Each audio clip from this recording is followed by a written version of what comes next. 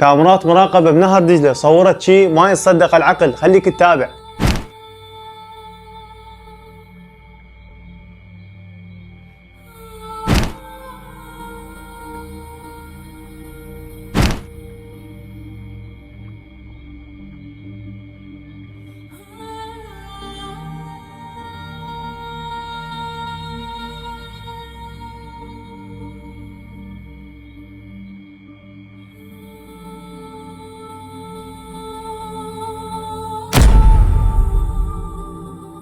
مثل ما شفت هذا الفيديو انتشر بسنة 2023 شهر 12 يوم 5.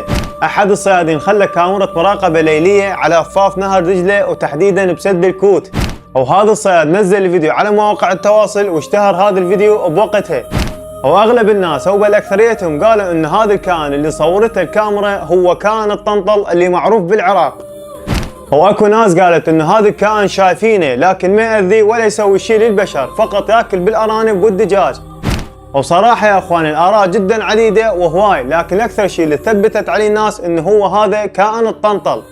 ولحد الان ما تصور اكو تفسير لهذا الكائن اللي سجلته الكاميرا، هل هو يعتبر من الكائنات البرية لكن ما معروف ام فعلا كائن الطنطل.